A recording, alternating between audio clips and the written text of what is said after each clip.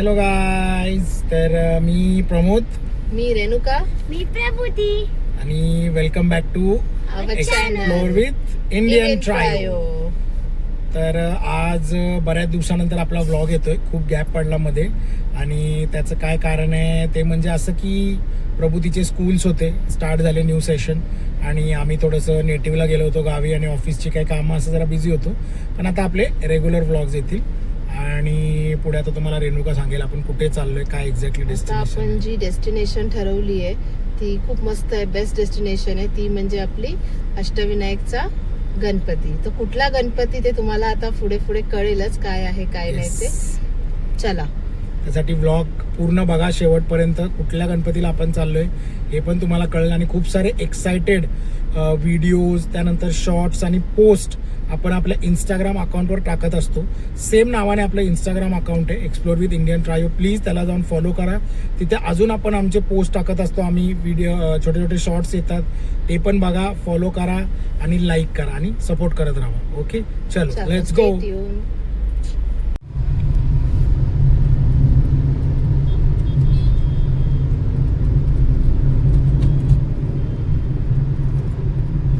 After long time.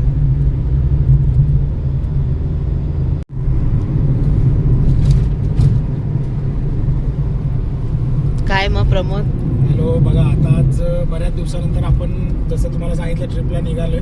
तर आपण आता बघू शकता तुम्ही एक्सप्रेस हायवेवर आहे, जो मुंबई पुणे एक्सप्रेस हायवे, त्या वेवर आपण आहे, आणि आपण नवी मुंबईवरून निघालोय. आता कसं पुढे काय जायचंय तुम्हाला आम्ही सांगत राहू, कनेक्ट राहा. आणि मुंबई पुणे एक्सप्रेस वेमुळे तुम्हाला माहिती आहे एकदम कन्व्हिनियंट झालंय आपल्याला. आता कुठल्याही साईडला म्हणजे खालापूर साईडला किंवा लोणावळा, पुणे, सातारला जाणं खूप सोपं झालंय. तर आता बघूया आपण कसं काय. मग खूप दिवसानंतर प्रमोद आपण बाहेर पडलोय. कसं टाइम ब्रेक झाला, आणि आम्ही खूप वाट बघत होतो कधी आपले व्लॉग्स परत येतील, आणि आपण कसं काय आता काय प्लॅन करणार आहे. पण थोड्या काय पर्सनल गोष्टी, जसं की तुम्हाला माहिती आहे स्कूल्स आणि ऑफिस, याच्यामधून थोडं डिफिकल्ट होतं. पण आता आपले व्लॉग्स रेग्युलर येणार, इंटरवलमध्ये तुम्ही बघत राहा. डेफिनेटली एक्साइटिंग, एकदम नवीन नवीन प्लेसेस आणि काय जागा की ज्याची इन्फॉर्मेशन बऱ्याच लोकांना नाही आहे. आता जे महाराष्ट्रात राहतात मुंबईत त्यांना तर माहिती आहे, पण जे नवीन आलेत लोक शिफ्ट होऊन आउट ऑफ महाराष्ट्रामधून वगैरे, त्यांच्यासाठी आपल्याकडे भरपूर इन्फॉर्मेशन आपल्या व्हिडिओमध्ये असणार आहे की जर नवीन जागी जायचं असेल तर कुठे जाऊ शकतो काय. तर बघत राहा. आपण आता निघालोय. Okay प्रभूती, excited? काय करते तू आता? छोट्याशा कॅमेऱ्याने फोटोज काढते, एन्जॉय करते ना? आता सगळ्यांचं जसं तुम्ही बघू शकता, सगळ्यांचं न्यू सेशन स्टार्ट झालं असेल. ओके, जसं की आता प्रमोदने तुम्हाला सगळी इन्फॉर्मेशन दिली आहे, रस्त्याची कुठे काय आहे, कसं जायचं ते. आणि सगळ्याचेच न्यू सेशन स्टार्ट झाले असतील, राईट? की जून महिना आला की आपलं study mode on, school mode on, mama mode on, सगळे होतात ऑन. आणि वेकेशन्स पण आपले संपले. त्याच्यामध्ये तुम्ही पण वेकेशन्समध्ये काय काय केलं ते नक्कीच प्लीज कमेंटमध्ये आम्हाला सांगा. आम्ही सुद्धा गावी गेलो होतो. आमचं गाव आहे सातारा. त्याच्यामध्ये आम्ही खूप बिझी होतो म्हणून आम्हाला शूट करता आलं नाही, पण नेक्स्ट टाइम नक्कीच आम्ही तुम्हाला दाखवू आमचं गाव, घर एक्झॅक्टली काय काय आहे ते आम्ही नक्कीच तुम्हाला दाखवू. आणि तुमचे कुठले कुठले गाव आहे, तुम्ही वेकेशन्समध्ये काय काय केलं, गावी एन्जॉय केलं का, कसं काय काय केलं ते प्लीज कमेंटमध्ये नक्की सांगा ना प्रमोद. मजा आलेली ना गावी सुद्धा? येस, लवकरच तुम्हाला बघायला मिळतील गावाचे पण आपले व्हिडिओज वगैरे. आपण कुठे जाते, मागे आपण टाकलेत बाई महाबळेश्वर, पण ते फिरायला गेलो होतो. तर एक्झॅक्टली अजून आतमध्ये काय आहेत गोष्टी तर तुम्हाला बघायला मिळतील. तर कनेक्ट राहा. आणि तुमचं कुठलं गाव आहे काय ते डेफिनेटली कमेंटमध्ये सांगा, कोण कोण कुठल्या कुठल्या गावचं आहे. ओके, चलो स्टे ट्यून.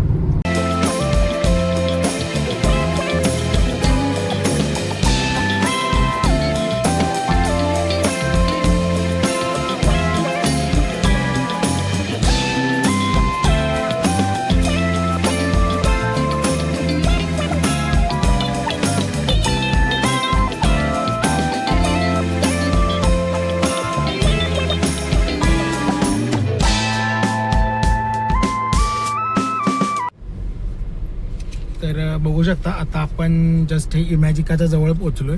हे इकडे इमॅजिक आहे, बघू शकता तुम्ही. पाली रोडला आपण आहे, आणि एक्सप्रेस हायवेवरून आपण लेफ्ट घेतो तेव्हा तर इथे हे बघा, हे श्री दत्त वडेवाले आहेत लेफ्ट साईडला. यांचा वडापाव खूप सुंदर आहे. आपण आता बघूया, टेस्ट करूया, तुम्हाला पण रिव्ह्यू देतो. येस, तर रेणुका चालले आणायला, बघूया. ठीक आहे.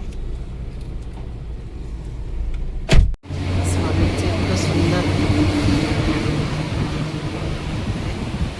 इथे बघा मेन्यू. त्यांच्याकडे चहा, कॉफी, कांदा पोहे, पुरी भाजी हे सगळं मिळतं.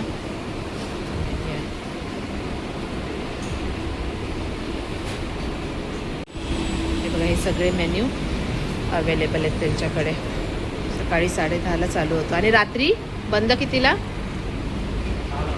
10. थँक्यू. बघा, आपला ॲम्बियन्स पण इथे बसायला पण मस्त जागा आहे पूर्ण.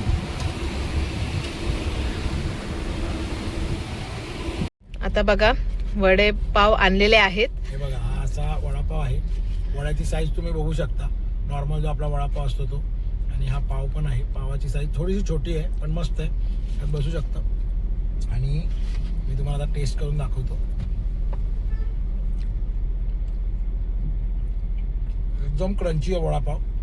म्हणजे वरचं जे त्याचं कवर आहे ते एकदम क्रंची आहे आणि अजिबात स्पायसी नाही आहे वडापाव. लहान मुलं आणि कोणीही खाऊ शकतं आणि एकदम टेस्टी वडापाव आहे. तर तुम्ही या रोडला चालला असाल पालीला, तर इथे लेफ्ट साईडला श्री दत्त वडेपाववाले थांबून नक्कीच तुम्ही हे एन्जॉय करू शकता. आणि बऱ्याच डिश अजून त्यांच्याकडे आहेत, मिसळपाव वगैरे, ते पण तुम्ही खाऊ शकता. प्रभूती, कसा आहे वडापाव? यम्मी आहे? स्पायसी आहे? नो. ओके, तर चालेल, ठीक आहे. अरे हटो रे. ये देख छोटा.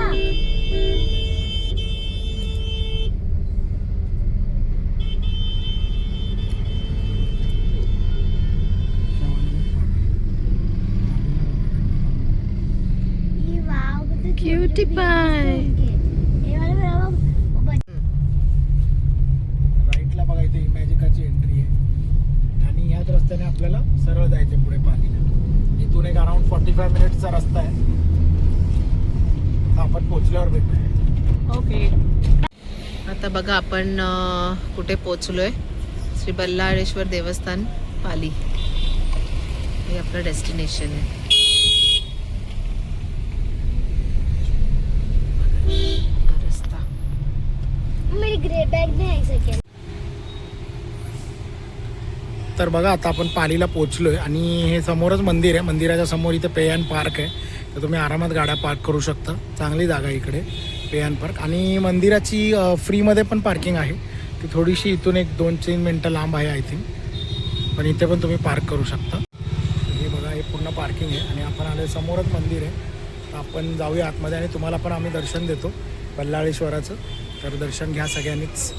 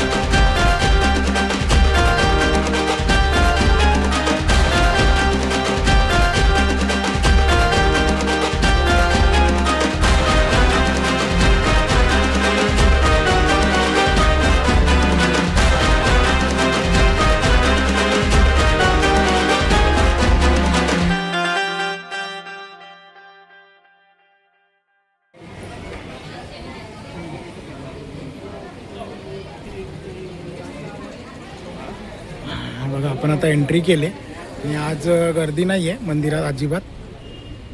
अरे तिकडून एंट्री आहे का? इकडून पण आहे.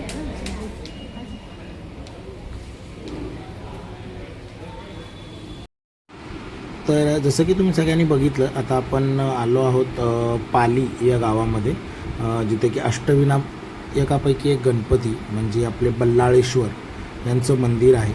आणि हे पाली जे आहे हे रायगड जिल्ह्यातील एक गाव आहे आणि हे जवळजवळ नागोठाणे जे आहे मुंबई पुणे एक्सप्रेसवेवर तिथून एक 11 किलोमीटर अंतरावर आहे आणि सुधागड तालुक्यात आहे.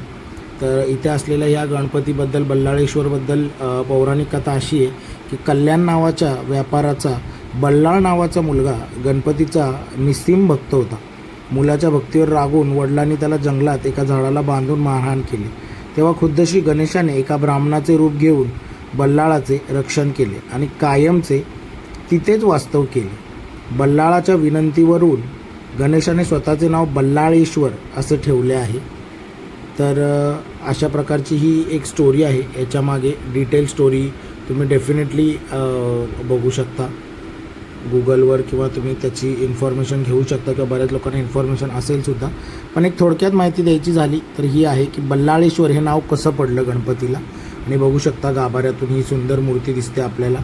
आणि आतमध्ये व्हिडिओ आणि फोटोग्राफी अलाउड नसल्यामुळे आपण इथे बाहेर येऊन तुम्हाला इथं जे काय थोडंसं व्ह्यू दिसेल तो दाखवायचा प्रयत्न केला.